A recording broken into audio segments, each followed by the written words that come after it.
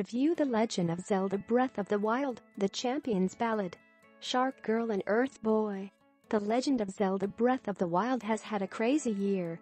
It's already taken home at least one major award for Best Overall Game of 2017 and has been nominated for countless more. While its faults have been laid bare at this point, you can't really deny that it's been one of the most talked about and influential releases in the past 10 months or so. The conversation isn't over yet, not even after the sun sets on the last planned DLC. The Champion's Ballad. The Legend of Zelda Breath of the Wild Switch reviewed by EU developer Nintendo. Publisher Nintendo. Released June 30, 2017. MSRP $19.99. Part of the Season Pass, cannot buy individually. Rather than provide a number of quality-of-life updates, Champion's Ballad positions itself as a bona fide story on its kind of not. But all will be revealed shortly. You'll access it all by heading back to the very first shrine you wake up from, or by accepting myriad side quests to get outfits or a horse summoning device, which will queue up 4 new quests on your main map. After it's all over, you get a motorcycle, which your mileage may vary on depending on how much of the open world you've already completed. This joint is incorporated and listed as a main campaign quest and isn't found in a separate menu option. You're immediately granted access to the goofily named One-Hit Obliterator, which kills enemies instantly but also allows you to suffer the same fate. Hey, it's just like that one Devil May Cry difficulty. It's a massive kick to the jaw early. Those 4 quests involve killing settlements of enemies, and even if an enemy literally breathes on you, you die. Once an individual area is conquered, a shrine pops up. I've seen some chatter about them being tough, but they're roughly on the level as a few of the high-end difficulty shrines in the main game. I appreciate that Nintendo is still finding cool ways to punish Link and the player even after they've exhausted 120 concepts already, even if they could have been pushed a little farther to the limit of what Breath of the Wild is capable of. If you're expecting some epic additional showdown with the strength and spirit of Ganon, or some final bit of closure that instantly teases the next Zelda 9 style, this isn't the DLC you're looking for. Instead, we'll get to spend a little more time with the Guardians themselves without any new revelations in the process. While you explore some cool new shrines and a new dungeon, the latter of which is an amalgam of the divine beasts you've already seen. As someone who loved the idea of the beasts mixing up the routine dungeon delving formula, I can dig it. But those of you who wanted Nintendo to do the same thing they've always done won't magically be swayed by this new one. I repeat, this is mostly a series of challenges connected through the main map, with the narrative taking a backseat. I can deal with that, because that's just like how the actual campaign operated, but the outright most disappointing thing about it is the retread through a few boss battles sans one, which is unique, and the lack of any alteration whatsoever of the final fight with Ganon, despite the hint that there might be. If this is truly the last DLC, it would have been great to get at least an extra form to tango with. Despite that, I had a great time taking on the new shrines and the obliteration silliness. Breath of the Wild is still a blast, so even if everything feels familiar, I couldn't help but take myriad detours and comb through areas I had already been before just to ensure that I didn't miss something. Keep your expectations in check, and you'll enjoy the ride. See the 8 Game Awards video game reveals you may have missed. Most award shows are focused on awards, but with the Game Awards you also get to see trailers for the biggest upcoming games. Award shows are usually all the same. Someone comes on stage, talks about a category of games, movies or shows, reads out the nominees, then opens the envelope.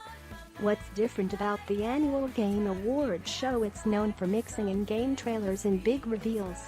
The 2017 Game Awards was no different. Some notable winners this year were Cuphead, which won Best Action Game as well as both the Best Debut Indie Game from fan voting and also Best Indie Game overall. The breakout hit PlayerUnknown's Battlegrounds PUBG took home Multiplayer Game of the Year. But the ultimate honor of the night went to The Legend of Zelda Breath of the Wild, which probably unsurprisingly won Game of the Year. Like I said, for many, it's the announcements and trailers that are the main reason to watch the awards, to see what's coming from the biggest developers in the industry. I rounded up some of the biggest highlights from the show, so you can get a taste of what's coming down the pike. In the Valley of Gods. From Firewatch creators Campo Santo comes in the Valley of Gods. In this single-player first-person adventure set in 1920s Egypt, players take on the role of Rashida, a former explorer and filmmaker. Though it's hard to tell too much from the trailer. It has a neat art style, with lots of nail-biting exploration through the darkness of Egyptian tombs by flashlight. After playing Firewatch, I can't wait to see what this title is really all about. In the Valley of Gods is set for release in 2019 on Steam.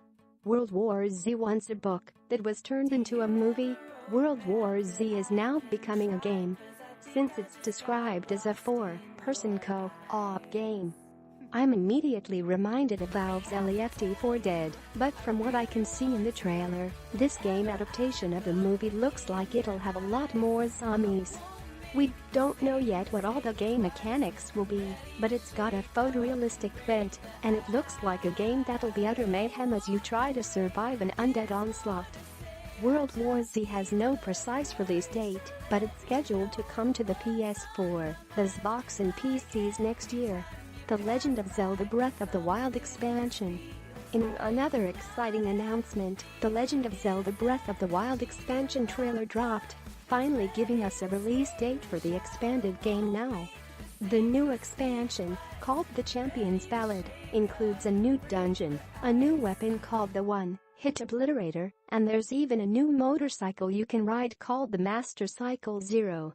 There are also 9 new treasure chests in Hyrule, where you can find new armors and a new bridle for your horse that makes it so you can hail your horse from farther away. Bayonetta 3. Platinum Games announced that a new installment to the beloved Bayonetta franchise would be coming soon. Bayonetta 3. The only catch is that it'll be exclusive to the Nintendo Switch. There aren't many details about the game except what you see in this brief, action-packed trailer. Platinum also announced, though, that the first 2 games would be ported to Switch as well on February 16, ahead of Bayonetta 3. Soul Calibur Vi. The last time we saw Soul Calibur was on the most recent generation of game consoles, back in 2012. Finally ready for next gen. Soul Calibur Vi is a 3D fighter known for its fast action and its weapon-based combat. We don't know much more about the sequel, beyond what you see here. But we do know it's slated to hit the PS4, the Xbox One and PCs in 2018. It's important to note this is the first time Soul Calibur has ever been on PC. So that's pretty exciting. As Mitsurugi says in the beginning of the trailer, above the wait is over, let's begin. Fortnite's new game mode. Riding the success of PlayerUnknown's Battle Royale PUBG. The multiplayer portion of Epic's Fortnite. There's also a co-op mode does a great job of simplifying the game type down to its most basic elements, with a fun art style. Shorter games and extremely competitive gameplay. But at the Game Awards, Epic made an announcement that Fortnite fans will love a 50 vs 50 multiplayer game mode. And you can play it now. The company pointed out that it would be available for only a limited time, so you'd better get in there if you want to check it out. So I get to drop in on the island as part of huge team and go head against another huge team? Sign me up. PlayerUnknown's Battlegrounds new map. The game that started Battle Royale style combat had an announcement of its own. PUBG will be getting a second map, which has you battling it out in the desert in a place called Miramar. You'll get new weapons and vehicles, and the map looks a lot more spread out, with fewer places to hide, which will make for some interesting and more dangerous matches. The new desert map will be released officially when the full game comes out of beta on December 20th, but you can try it out right now on the test servers. Death Stranding.